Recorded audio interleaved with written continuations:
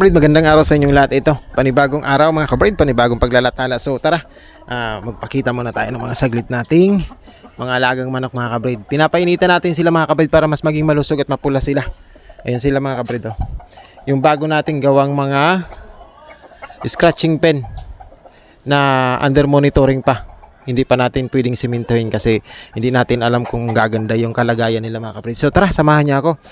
May ginawa ako mga kabrid. So inayos ko yung gilid kasi ililipat natin ng mga bagay-bagay at ayusin natin ang mga kalagayan ng manok natin yung mismong backyard sa baka pagdating ng maulan ready na ulit ang ating backyard mga kabrid. So tara, samahan niyo ako. Bago ang lahat mga kabrid, mag-intro muna tayo.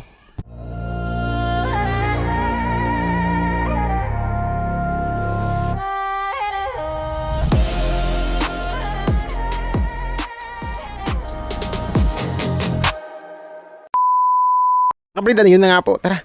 Ayun, ang daming kalat kasi tayo ng mga kawayan. So nakadilihin siya tayo ng kawayan mga kabrid. And then DIY ulit. Ito. Ayan kabrid, oh. Nilagyan natin ng bakod diyan, kabrid. Ayan. Nilagyan natin, tinibayan natin 'yan sa baba para matibay. Matibay siya. Kasi ang gagawin natin kabrid, yan yung screen diyan sa baba kabrid. Ilalapat natin doon sa likod. Doon sa likod, oh. Doon natin ilalagak yan. So ito, kailangan natin i-close ito kasi bumababa dito yung mga alaga nating aso. Tapos kinakain nila yung itlog ng mga manok natin. Lalo na yung maliit na yon. Kumakain ng itlog yun mga kabrid. Hindi rin siya mahawakan. So hinayaan lang natin siya. So para hindi tayo nakakaabala sa nila, safety nila at the same time. Dito tayo pumukos sa mga bakod. Ayan, tibay na siya kabrid. Pag ganun lang, matibay na. So mamaya pakain tayo kasi mag-alas 4 na kabrid. Magbababad muna tayo ng pagkain ninyo. Ayan kabrid. Ayan. Another day, another vlogs. Coop upgrade. Ayan yung kumakain ng itlog natin, mga alaga nating manok. Kaya hindi ako nagpapakawala mga kabrid ng nangingitlog. Kasi kinakain niya. Mahilig siyang kumain ng itlog mga kabrid. Ito. Yung isa natin ito. Hindi siya kumakain ng itlog. Ayan. Mapili yan sa pagkain. Kaya yan, payat na payat. So, tara, samahan niya ako. Ipakita ko sa inyo kung paano ko ginawa yung ganito.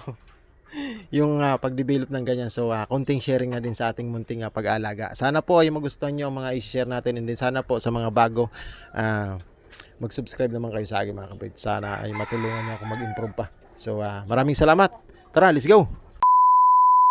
At ito na nga mga kabrid, samahan nyo mga kabrid, samahan nyo po ako sa ating munting paglalatala mga kabrid. Ito, nagputol-putol na tayo mga kabrid ng ating mga gagamiting kawayan mga kabrid. Sinukat natin yung taas at syempre hindi naman lahat mahaba ang nakuha natin, putol-putol siya kasi mga scrap po ito. Bali yung kaibigan natin dun sa bundok, dun sa unahan natin nagbaba siya ng mga kawayan. So hindi niya tayo binibintahan kasi nga po hindi sa kanya yon. Pag inuutos siya na lang siya magbaba para magbakod, kung ano yung sobra binigay niya sa atin mga kabrid. So ayan syempre dali-dali naman tayong syempre kailangan natin yung mga ganito pang scrap, pang papag, pang dingding na mga gagawin nating bahay ng manok or mga kulungan. Malaki ang naiambag ng mga ganitong putol-putol na kawayan mga kabrid sa mga pag-repair, maintenance ng ating mga kulungan kasi ang mga manok natin mga kabrid mga agresibo.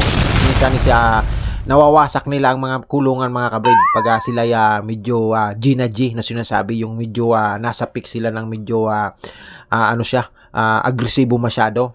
Talagang kahit yung bahay ng manok yun ang pinagdidiskitahan niya kabrid, nawawasak minsan. So yung mga ganito mga kabrid kailangan lagi tayong ma-stock kasi pag halos araw-araw pagbaba ko po may makikita agad ako na kailangan i-repair. Pagbaba ko po may kailangan akong ayusin. Pag napansin kong ganito ay mga kabrid, ang pag-aalaga po ng mga manok mga kabrid ay panghabang buhay na na responsibilidad. Hanggat may manok kang tumitilawak mga kabrid, mayroong kang aalagaan at patuloy na kailangang pagmasdan mga kabrid. So ito mga kabrid so syempre hindi naman lahat to kawayan may tinik. Mayroong patong na sinasabi, yung mga hindi pwedeng pakuin mga kabrid kasi nabibiyak.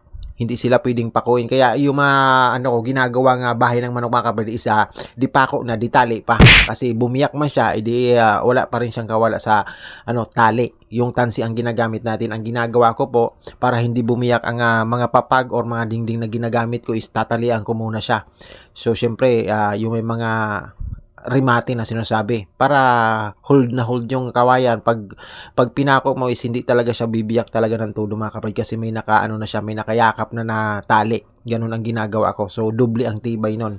So ito mga kabrid, ang purpose ko nito or pinapakita ko sa inyo mga kabrid ay pag-aalaga ng manok mga kabrid. Pag-aalaga nga mahirap pagdating sa financial mga kabrid.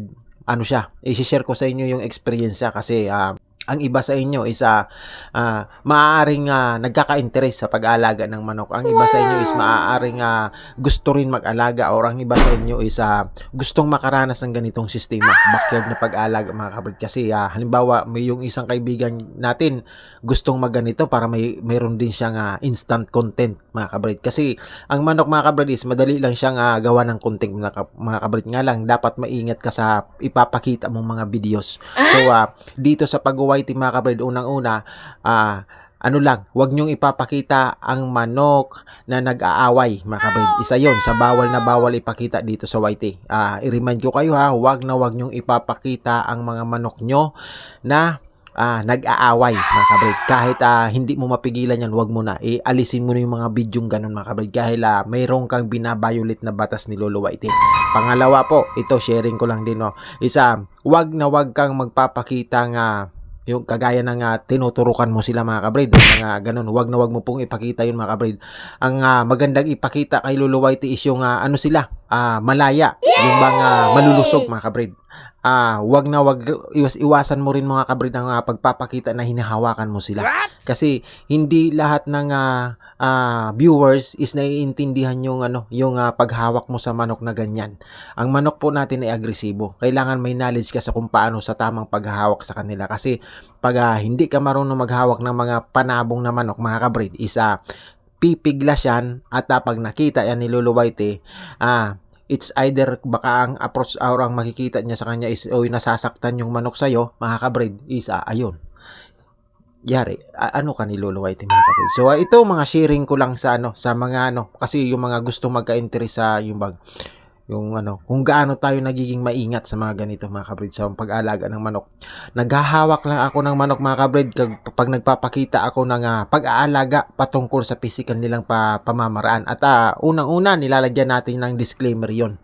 Paghahawak tayo ng manok, lagyan mo agad ng disclaimer na wag na hindi mo intention ang tanging ginagawa mo lang dahil hinahawakan mo ng isa, i-check mo sila or mapaigi sila, at lagi kang magdi-disclaimer ng mga sinasabing disclaimer, there were no animals that were harmed during the making of this video. This video is for viewing, breeding, and sharing purposes only mga kabrid. Magaganong ka lagi mga kabrid. So kailangan yun para kahit papano any types of hindi nila maintindihan yung nakikita nila, mayroon kang disclaimer na pang sa kanila, ibig sabihin hindi mo talaga intention na saktan ang mga alaga mo. Sa proseso lang na ginagawa mo, maaaring sila ay medyo na-stress or naaabala mga kabrid. So kagaya ng pagpapaligo ng manok, nagpapaligo pa ako ng manok. Ang manok po ay pinapaliguan mga kabrid.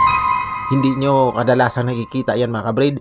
Ang mga manok natin ay kailangang paliguan dahil mayroon po yung mga maliliit na kuto at mga mikrobyo mga kabrid. Mabantot po ang manok pag hindi napapaliguan. Iba po yung amoy. Amoy melon po, amoy damo nyo ba? Grabe yung yung kumakalat, dumidikit sa kamay mo.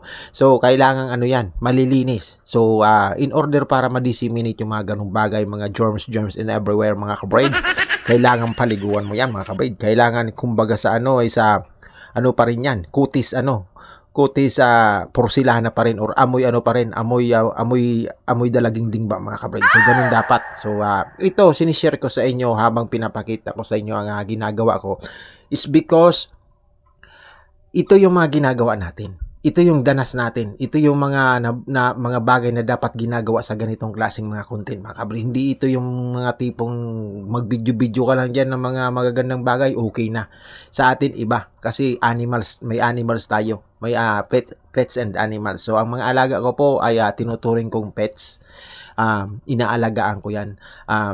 Nagiging ano tayo sa kanila, mapagpasensya sa mga pag-uugali ng mga manok natin. So ano tayo, medyo malawak-lawak. At dati hindi natin naiintindihan ang mga manok natin bakit ganon. Nagkakaroon lang tayo ng malawak na pang-unawa dahil sa experience natin sa pag-alaga. Kung ano ang nakakabuti sa kanila mga kabid. So ayan kabrid, kinakabit ko na ang mga ating mga ang mga pinagputol-putol. Ayan na, kinakabit ko na yan. So hindi naman yan kasya lahat. Gagawin ko sa taas, lalagay pa ako dyan. Kasi hindi naman kasya abot sa taas ang mga kahoy. Kasi biruin mo, ang haba niyan, mas matangkad pa sa akin mga kabrid. So gari mga 8 feet yan. 8 feet ang haba. So ano lang naman ang mga nakuha natin, maiksi lang naman. So kailangan talaga mag-adjust. So ang sabi ko, ang sa taas, wag ko munang lagyan kasi nagiging sampayan niya ng mga basahan ni Mrs. Tapos ang manok ko naman sa baba is hindi naman sila yung tipong lumilipad talagang ang liparan nila kung lumipad man sila is papunta dun sa sa baba. So yun ang lalagyan natin kasi ang nakatakip diyan ng mga screen kabrid, yung mga cyclone wire. Inalis ko para yun ang gamitin ko dun sa likod ng baba para hindi yun matagusan ng manok pag lumilipad kasi nagkakaroon tayo ng mga losses mga kabrig pag lipad ng manok. Halimbawa, nasa taas tayo, di ba? Imagine mo nasa tuktok tayo ng parang bundok. Pag lipad ng manok, ang laki ng magiging risk niya ng liparan kasi nasa tuktok tayo. So kailangan yung natin secured pagdating sa paglipad nila kasi kailangan naka-cyclone wire paikot mga kabrid. So ayan kita nyo. Konting sharing mga kabrid. Nag-share ako ng mga maaaring maunawaan nyo or maaaring makuhaan nyo ng tips. Nag-share ako so kung paano ang mga klase ng video pinapakita natin. Ano ba yung mga dapat hindi ipakita pag ikaw ay nagpapakita ng mga hayop mga kabrid. Ano ba yung mga kailangang ipakita lang? Ano ba yung mga violet mo, violet, ay mababayulit. Ay sus, Mario siya pa. Mawawawi mo ba? So pinapakita ko dahil mga experience ko na yun doon dati pa. So ito by experience yun lang naman ang sinishare ko. So ingat po kayo sa pag-upload ng mga tungkol sa hayop mga kabrid. Sa mga bago, beware po, kailangan magtanong-tanong muna kayo. Kailangan mayroon kayong sinusundan ng mga nag-YouTube din kung nakagaya nyo yung content, yung kasama nyo, ano yung klase ng style nila, medyo gayahin nyo. And then pag nasanay na kayo, saka na kayo gumawa ng sarili nyong style mga kabrid. So ako, dahil alam ko namang hindi naman talaga tauhin or hindi tayo nagkaka-view sa mga ganitong klaseng content dahil wala namang mga YouTuber na puro manok, konti lang naman kami. So tuloy lang ako kabrid. Maraming salamat and then hopefully mga kabrid, lagi lang po kayo nasa ayos na kalagayan. Hanggang sa susunod na video mga kabrid, God bless po. Every crow's a song for my soul. Healthy love keeps the whole yard whole. Live and breathe with peace in your eyes. GPC's here for the rest of their lives.